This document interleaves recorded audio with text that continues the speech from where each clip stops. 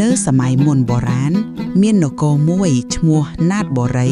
ស្ថិតនៅជើងភ្នំមួយដែលគ្របដណ្ដើបដោយព្រៃឈើក្រាស់និងទន្លេធំៗស្ដេចនៃនគរនោះមានព្រះនាមព្រះបាទធម្មិកមានព្រះរាជបុត្រីមួយអង្គឈ្មោះនាងណាតមានសម្រស់ស្រស់ស្អាតស្បែកសភ្លឺដោយផ្កាឈូកនិងចិត្តទន់ភ្លន់ស្រឡាញ់ធម្មជាតិនិងសត្វទាំងឡាយនាងមិនចូលចិត្តនៅក្នុងដំណាក់ទេតែចូលចិត្តដើរលេងក្នុងព្រៃស្ដាប់សំឡេងសត្វនិងសង្កេតរុក្ខជាតិនៅសម័យនោះប្រជាជននៅតែបរិភោគសាច់សត្វផ្លែឈើនិងឫសរុក្ខជាតិពេលខ្លះអាហារខ្វះខាតមនុស្សត្រូវអត់ឃ្លានហើយជីវិតរស់នៅពិបាកស្ដេចធម្មិកតែងតែព្រួយបារម្ភថាតើមានអ្វីអាចផ្គត់ផ្គង់ប្រជាជនបានយូរអង្វែងមិនចាំបាច់បរបាញ់សត្វឬរកផ្លែឈើរាល់ថ្ងៃតែគ្មាននរណាអាចឆ្លើយបានថ្ងៃមួយនាងណាតបានសុំអនុញ្ញាតពីព្រះបិតាឲ្យចេញទៅដើរលេងក្នុងព្រៃតែម្នាក់ឯងនាងយកតែកន្ត្រកមួយនិងដំបងឈើមួយដើរពេលដើរដោយជើងភ្នំនាងឃើញសត្វក្តាន់មួយក្បាលកំពុងស៊ីស្មៅមុខយ៉ាងដែលមានដើមខ្ពស់ស្លឹកវែងនិងមានគ្រាប់តូចៗព្យួរនៅលើកំពូល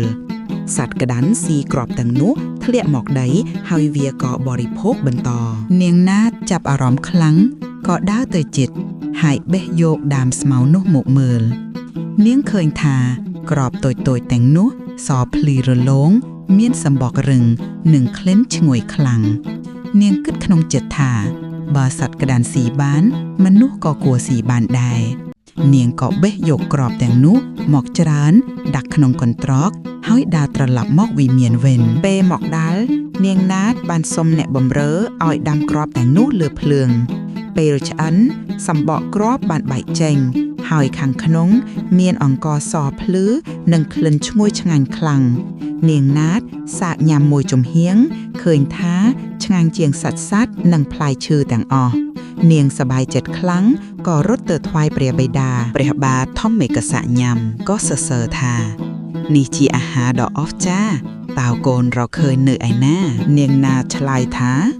នៅជើងភ្នំមានស្មៅមួយយ៉ាងខ្ពស់មានគ្រាប់តូចៗខ្ញុំបានឃើញសត្វក្តាន់ស៊ីក៏បេះយកមកដាំសាកស្ដេចក៏បញ្ជាឲ្យទាហាននិងប្រជាជនទើបបេះស្មៅនោះមកដាំ